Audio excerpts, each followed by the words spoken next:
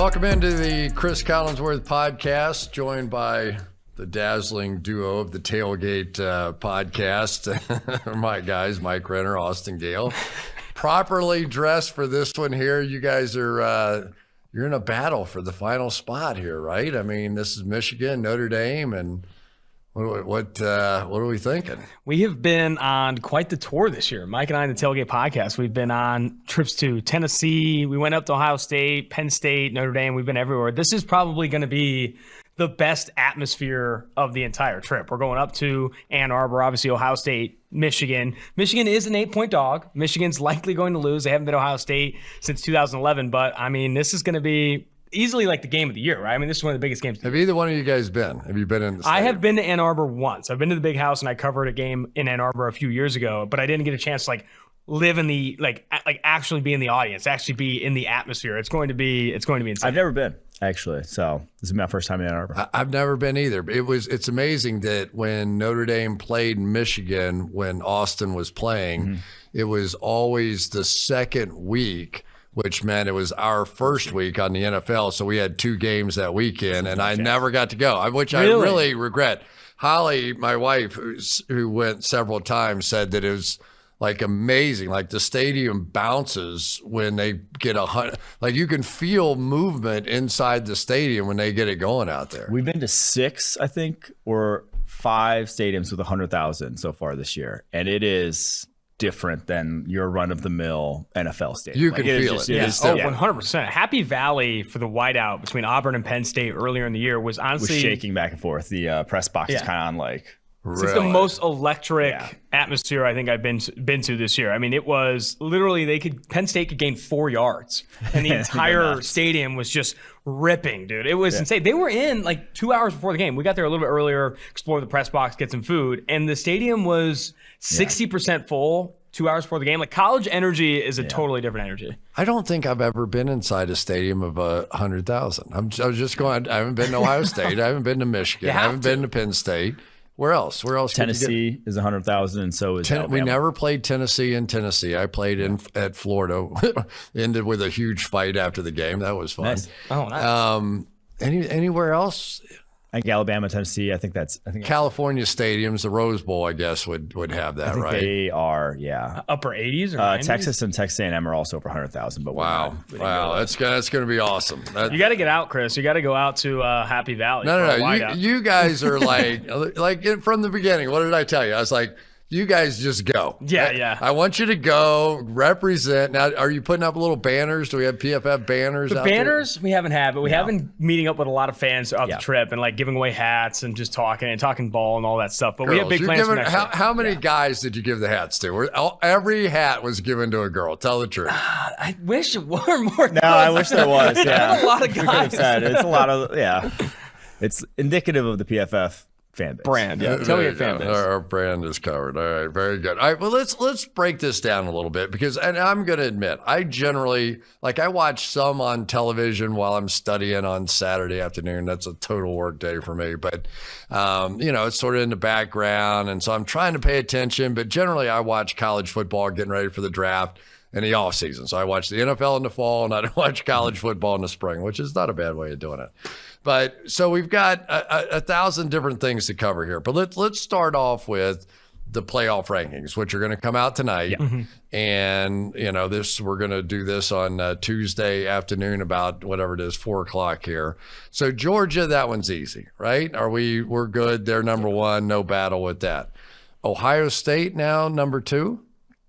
I could see it. I mean, blowing out a top 10 team is something that Alabama has not done. I mean, Alabama's number 2 kind of based off reputation, but if we're just looking at talent and then kind of how you've performed in your schedule, I think you got to give the edge to Ohio State. And I think the committee obviously always ends up leaning recency bias towards the end of the year. They will give deference, and they did that with Ohio State the year that they won the national championship game when they blew out Wisconsin in the Big Ten championship. So I think they give deference to what are you doing lately. So I do think Ohio State probably jumps Alabama after a close win for Alabama against Arkansas. Did Alabama hurt themselves with that win? I mean, it was a late touchdown, right? No, I think anytime you beat a ranked team, style points helps, obviously, if you blow out ranked teams, like I said with Ohio State, but I don't think they hurt themselves. All right, now I want to ask one more question because this is the one that you always get.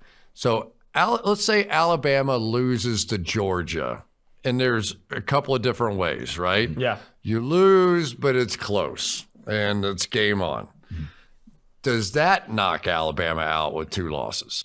I do think a 2-loss Alabama team, if they are in it start to finish and it's on a last play situation or a last drive for Georgia, their committee, seeing what they've done so far, will put a 2-loss Alabama team ahead of a team like Cincy. I do. I think if that game is close, it will be Bama as a 2-loss team in the college football playoff. See, I have a different opinion. I think a 2-loss Alabama team, if Ohio State wins out and if Cincinnati wins out, meaning a 2-loss team, Alabama team, would be the 4 seed. I think the committee would be committing, social suicide by saying, let's replay this game you just saw on a neutral field yet again, because that's what it would be. They'd be the 4 seed having to play Georgia yet again. When it's unfair to Georgia, who is just, if Georgia, say, wins this upcoming week against Georgia Tech, then wins the SEC title game, to say you just completed your whole season undefeated, you just beat this team. Alabama's now on equal footing with you again and gets another chance at it. That just doesn't seem like what we're driving at here with the college football playoff by having this 4 teams. And it wasn't like it happened early in the year and you grew out of it. You literally just did it. So I think at that point, if you have a 1-loss Big 12 winner versus a 2-loss non-SEC winner in Alabama, they will give deference to that 1-loss Big 12 and I do think, too, I think that's probably the best logic to it, right? Because you think about like TV ratings and stuff, right? No one wants to watch Georgia-Bama 2.0, especially after Georgia goes undefeated and Bama is a 2-loss team. So I do think even if Alabama maybe is the better team than, say, a Cincy or a 1-loss Big 12 team, like the committee could talk themselves into the more talented, better football team is the one with Bryce Young there at Alabama. However, we can't play this same game 2 weeks in a row. It's so interesting that they actually get hurt by the fact that they would be the 4 seed and it would be a repeat. Like if they could possibly be the 2 seed. or the 3, so like if Cincinnati loses, then they could sneak into the 3. Yeah, it's so Cincinnati. All right, let's take one step before that. So Michigan, Ohio State. So if Ohio State wins, we get it. They're the 2 or 3 at worst. If Michigan were to win this game, do they leapfrog Notre Dame, Cincinnati? So you're saying Big Ten's getting somebody in. Well, and then they've got the conference. Assuming they win the Big Ten title, which would be Iowa, Wisconsin, or Minnesota, but most likely Wisconsin. Wisconsin could give them a headache. Wisconsin's right? got a very good defense. I mean, I could see them slowing down either Ohio State or Michigan. They're a different team now than they were at the beginning of the year. So that's not a given by any means. But if you are Ohio State or Michigan, if you do win out, you're in. Yeah, because Wisconsin, when I saw them, got destroyed by, I can't even remember who it was, but their quarterback was terrible. And then all of a sudden, it was probably Michigan. I mean, it might have been Notre Dame. Yeah, it might have been. And then all of a sudden, it was Notre Dame. Oh, yeah, it was Notre Dame. In Chicago, we were at that game. Yeah. So it was but now apparently they've kind of taken the ball away from them. They're just playing defense, and they got that running back, Braylon Allen, who's 17 years old, freshman, who's just a monster. He's like averaging 6'2", 240. He's averaging 7.2 yards per carry against loaded boxes. Against 8+ men in the box. He's averaging a college football high 7 yards a carry. So Wisconsin's dangerous. Oh, what you're 100%. telling me. So if Michigan, they wouldn't have a chance against Ohio State, though, you think? 8-point dogs right now, right? And it's in Ann Arbor. This is probably the best Michigan team we've seen go against Ohio State in the last 3 or 4 years. Like, that's how good they've been on the defense side of the ball. No. I was talking about Wisconsin. Oh, Wisconsin. If it ends up Wisconsin against Michigan, that's a shot. Do you think Wisconsin could beat Ohio State? I don't know. I mean, I don't think Ohio State, they blew out Michigan State. I think Michigan State was a bit of a paper tiger. Like, I don't think Michigan State's as talented all around as even Wisconsin is, like, defensively. Like, I think Wisconsin has more options to slow down Ohio State. Now, I think it would be still a double-digit underdog. It would be a massive upset. But I don't think Ohio State's this juggernaut world beater like they maybe have been, last couple of years. All right, now let's get into the teams that directly impact my soul here. So Cincinnati currently at number 4 in the AP rating. And undefeated. They're the other undefeated team, if you will. I guess UTSA. I don't even know what that is. What is that? Texas? San Antonio. San Antonio, dude. They're undefeated. Don't hate on UTSA. UTSA. I didn't know. I didn't know. So, all right. So, but if Cincinnati wins, and the reason they're number 4 is they won on the road at Notre Dame, sort of back in Notre Dame part 1 of the season, as opposed to Notre Dame part 2 of the season where they've looked good. So is there any chance that anything could happen here that would leapfrog Notre Dame over the top of Cincinnati into the playoffs? I don't think Notre Dame is who they would worry about to leapfrog them. I think leapfrogging them is, or I guess it wouldn't be leapfrogging them, it would be Alabama beating Georgia. That would keep both of them, I think Georgia and Alabama, above Cincinnati in the rankings. Ohio State winning out, and then Oklahoma State blowing out Oklahoma, and then Baylor, which was what it would be. Oklahoma this upcoming weekend, then Baylor in the Big 12 title. That is their path to the committee having someone leapfrog Cincinnati, even if Cincinnati goes undefeated, because Oklahoma State would have one loss, be a Big 12 winner. It would be a close loss to Iowa State. They would have multiple quality wins, whereas Cincinnati only has that one quality win. That would be really the only way I see Cincinnati getting leaped, because they were 5 in last week's college football playoff rankings, and at number 3 was Oregon, who's obviously not going to be making the playoff. Right. Assuming Cincinnati wins out, right? 14-point favorite over East Carolina, and then they have the AAC championship, which will likely be against Houston. We saw this committee put Michigan over Michigan State after Michigan State beat them. Yeah. Am I crazy to think that they would put Notre Dame over Cincy, even though Cincy is undefeated, because they feel they're the more talented team? Like, we had this committee say, well, we put Michigan over Michigan State, even though they lost to Michigan State, because we feel they're the more talented team. I could see that.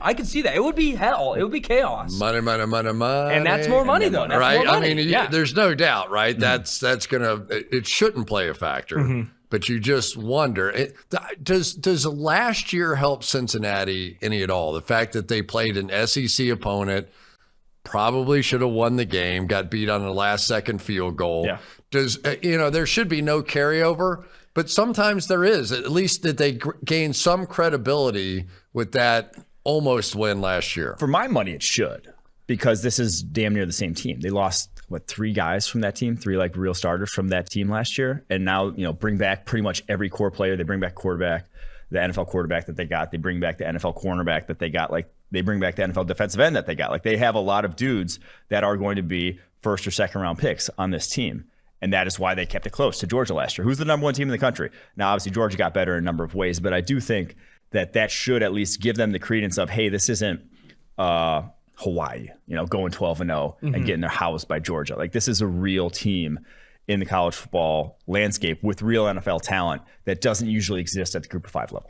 No, I would agree. I do think that Cincinnati is getting some love because of the season they had last year. Same with every other team. Like Alabama, a one-loss Alabama team is only ranked that high because of their pedigree, because of what they've done in the past. So I do think Cincinnati is seeing some of that benefit, but I think money trumps all in this situation. And say Cincinnati does beat East Carolina by 10, and then in the AAC still wins in a narrow win over Houston. If Notre Dame goes on to dump truck Stanford, which they easily could, they're favored by a ton. I could see the committee put Notre Dame over Cincy and just all hell breaking loose.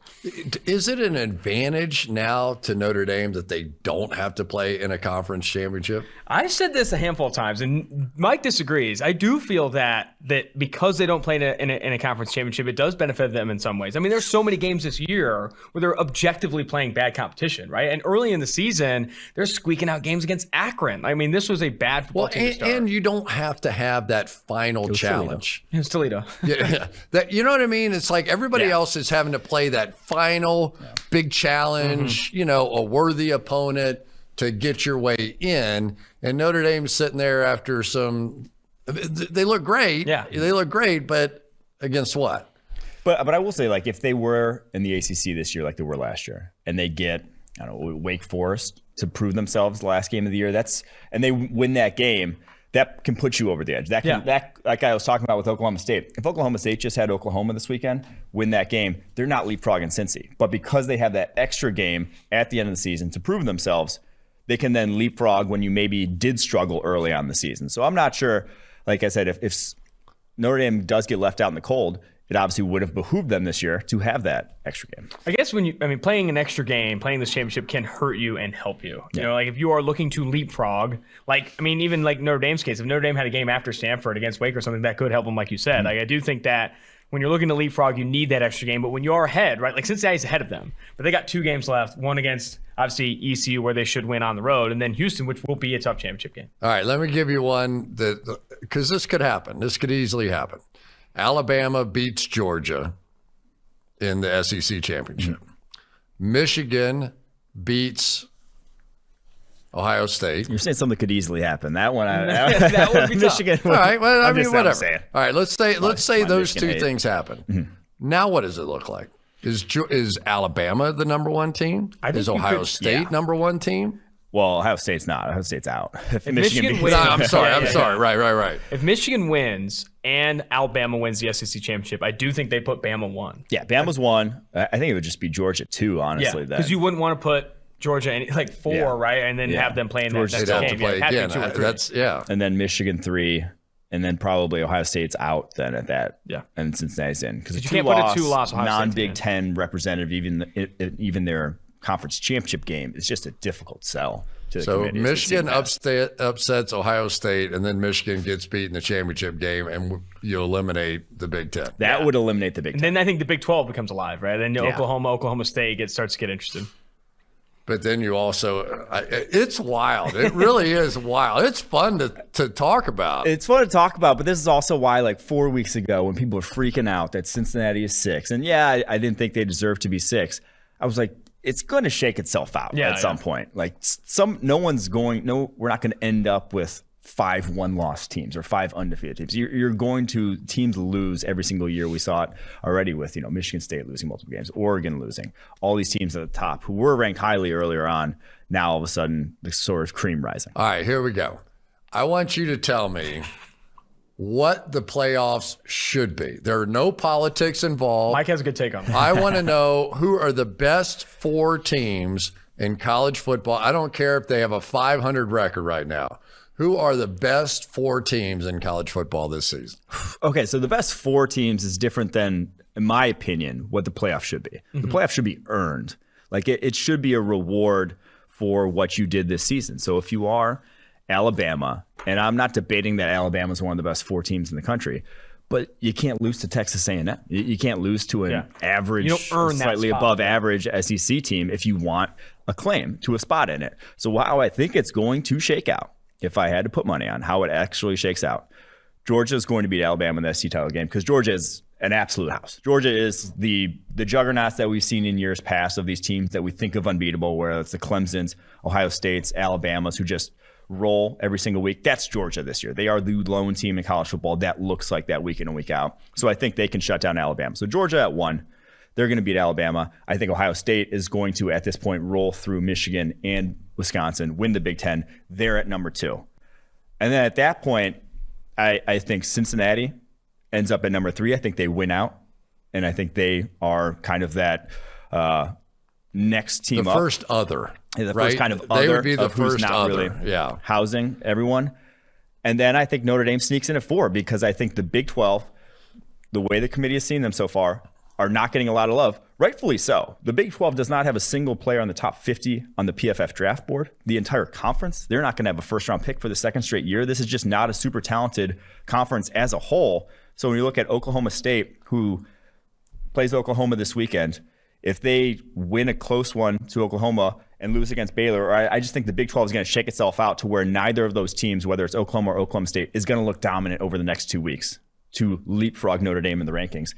And at that point, Notre Dame, they're 119-9 in the month of November against their opponents. All right. I think they're gonna be All close. that being said, let's go to Vegas. All right. Alabama plays Ohio State. Who's favored? Let's say that they get beat by Georgia and they're out of the playoffs. 2-loss Alabama, they're out. If we lined up Ohio State versus Alabama, who's favored? On a neutral field, That's tough. I think I would lean Bama. I don't think that one's more than a point. Yeah, I was That's thinking 2. right. I was That's thinking a 2. coin toss. Yeah. Alabama against Cincy. Who's the favorite? Bama by 5.5. Yeah, maybe Bama 6. by probably like 6, 7. And how about Alabama and Notre Dame? Bama by 7.5. Bama by probably like 10. Right? Yeah. So I mean, that's the point. Mm-hmm. If everybody who you guys are as big an experts as there are, Mm-hmm. if you're telling me that those teams would be So why not Alabama? Exactly. Why shouldn't they stay? Yeah, that's what it should be. And I think the only way this can happen is if Alabama does beat Georgia in the national championship, because they have to earn that. But what it should be is it should be Georgia, Bama, Ohio State, Cincy. Those are the 4 best teams in the country this year. I agree there. Those are the 4 best teams in the country. So if Bama can go in and beat Georgia in the SEC championship, it goes 1 Bama, Georgia 2, Ohio State 3, and then you have Cincinnati 4. You get Cincy, Bama, which Cincy's wanted Bama since last year. Cincy wants Bama. Cincy wants to prove themselves on that field. They're going to probably be like 10, 11-point dogs, but whatever.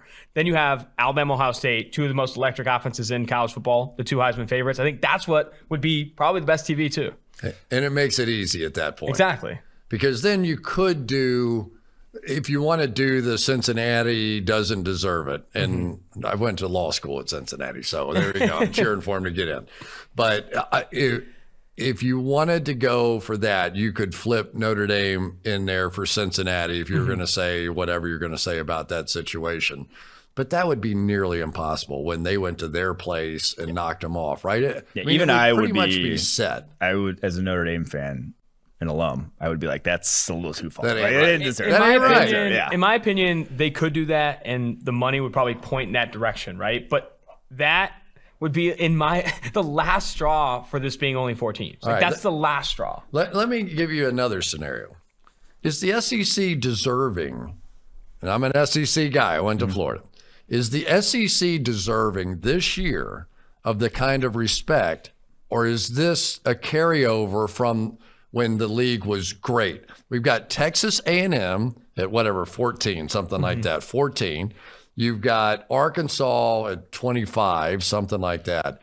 But is this now becoming a little ACC-ish where, yeah, you won the ACC, Clemson, back in the day, but who did you beat? And is it worthy of 2 teams no matter what?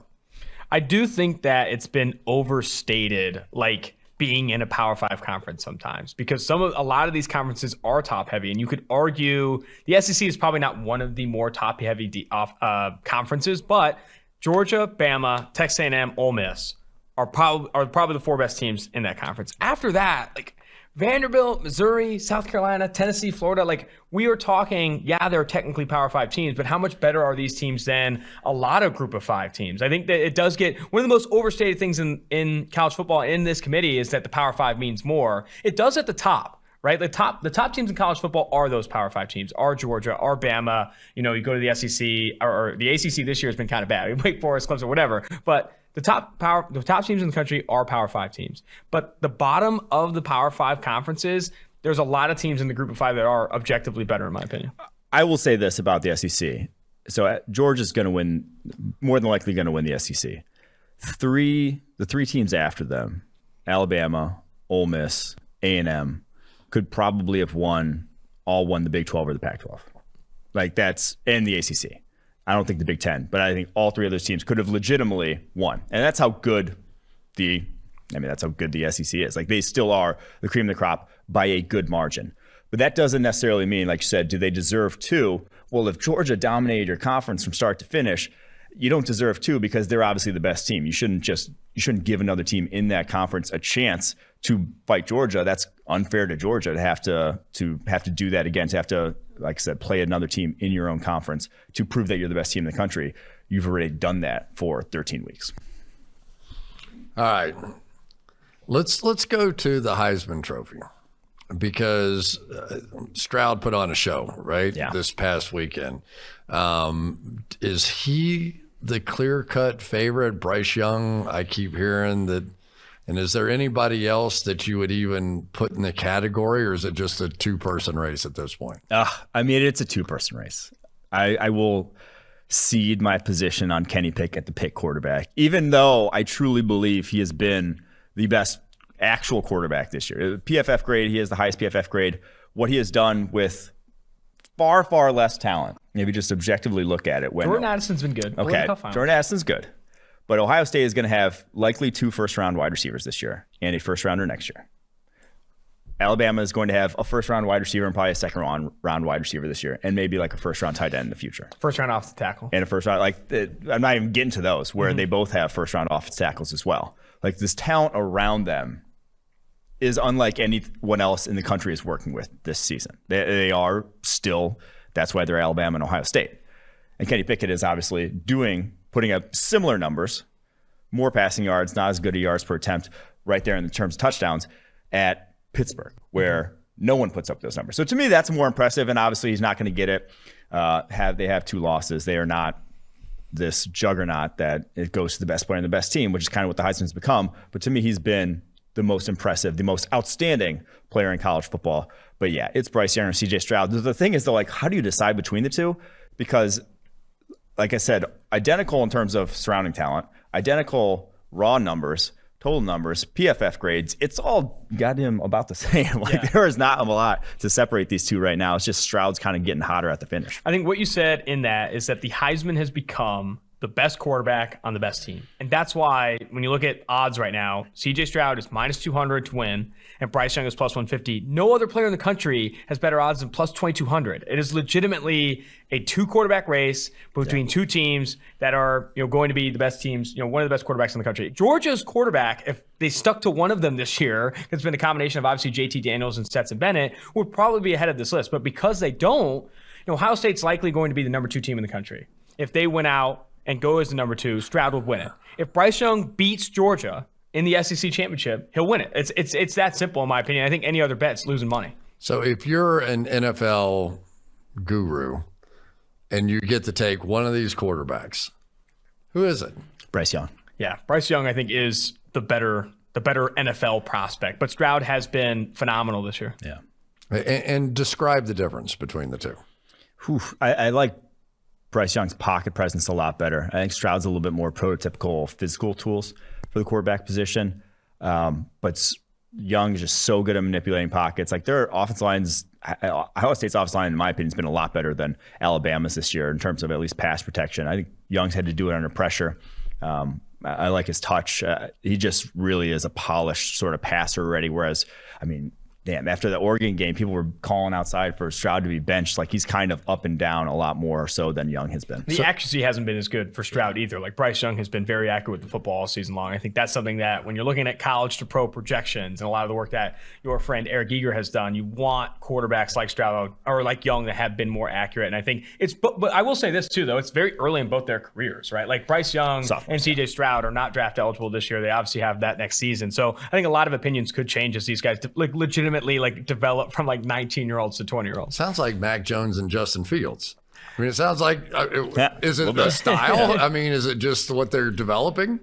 Both these guys can move, though, right? Like, Mac Jones was not coveted as like a legitimate athlete. I think Stroud and Young can both move. And I do think that maybe both of them have better arm talent than Mac Jones did coming out. I think that's why. Yeah, maybe. I will say Bama's quarterback coaching has been pretty damn good of late. Like, they are developing guys very well and also getting talent. Like, Young was a highly recruited dude. He's 5-star coming out. Yeah, and I guess you're willing to take the Belichick isms. If you go through Alabama, you're willing to do that. Well, this is fantastic, guys. I really appreciate your time. It's so interesting. We get down to such a fun time of year here where college football really does take center stage, and some of these playoffs. Is there something that you guys think will come out of the final few weeks of the season that is going to surprise? Is Ohio State going to go up and knock off 2 straight SEC teams and win a championship? I'll say this. I do think that in this Ohio State-Michigan game that we're going to, they just announced the Bednarik finalists. And Aiden Hutchinson, who's one of the highest grade players in the country, was not even a finalist on that award. I think they opted for Kayvon Thibodeau, Will Anderson Jr., and also Hamilton, your guy from Notre Dame. Aiden Hutchinson, if you aren't looking now, is one of the best defensive players in the country, and he's going to be a top 5, borderline top 5 pick in the 2022 draft. So I do think that's a player that right now maybe won't win the Bednarik or whatever it is, but Aiden Hutchinson's a dude, and I think a lot of people are going to see that this week. Well, my take is that we're debating a lot of this, and it's really not going to matter because Georgia is the best defense I've seen in modern college football. They are loaded. I have not seen a front seven quite like what they have. I think of all their starters along their defensive line and linebacker, the lowest drafted one is still going to be a top 100 pick. They are men amongst boys watching them play in the trenches. They're going to roll through Alabama. They're going to roll through the college football playoff. We're debating this right now. Georgia's going to run away with this. So what would the spread be for you have to bet Bama in that SEC championship? Because it's probably going to be like 6, right? 6 or 7 in favor of Georgia. Are you not? If it gets past 7, I'm not doubting Saban at that rate. I'm not doubting Saban as an 8-point dog in the SEC championship. Are you? I would probably have to get to 10 for me to bet Bama. Wow. I see. Wow. I think I'm going to ride with Bama. I'm going to ride with Bama. Georgia score that many points? Is that?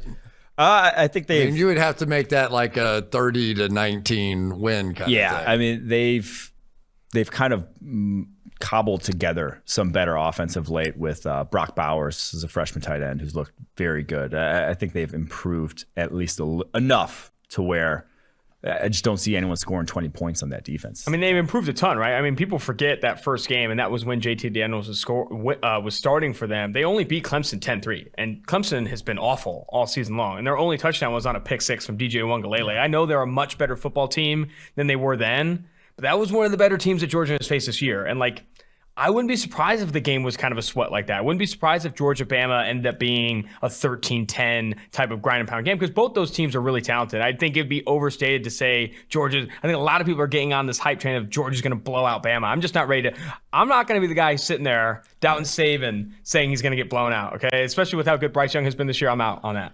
And Florida changes coaches here. Why now? Like, why? I mean, is it that hot and heavy for the top college coaches out there that you have to get in now if you're going to get in? Yeah, I think it's because USC, LSU already have the jump. You have multiple blue bloods already on the search that if you want one of the top names, which would be Luke Fickell here in Cincinnati, if you really want one, you got to get in on it quick because they're going to poach him as soon as the season ends, most likely. And you're already seeing now, I think betting odds have the favorite to be Billy Napier, the former Bama coach who's now coaching University of Louisiana. That's a favorite to go to Florida. I think some of the other big names, like they are going to be in the market for one of these big names, Aranda, whoever it may be. And I think there will be, it's a very attractive job, right? I mean, Florida's obviously a super attractive job in the SEC. I think they want to get ahead on some of these interviews and get ahead on this new regime and also want to get ahead like communicating it to the players, right? Like this is a big culture change. Communicating it to recruits is also another big part of this. I mean, you saw those Dan Mullen press conferences where he's not even talking about recruiting and stuff like that. I think they're ready for that next step in Florida, even though like he has been, he's led some impressive offenses there in the time. Snoop Dogg. Just get him as a recruiter. Bring them all in. That's all you need. Just take his peewee teams. Just take them as through the cycle. By the time they get out of there, they're all in the NFL playing right now. Guys, thanks so much. It was a lot of fun. Chris. Thanks, Chris.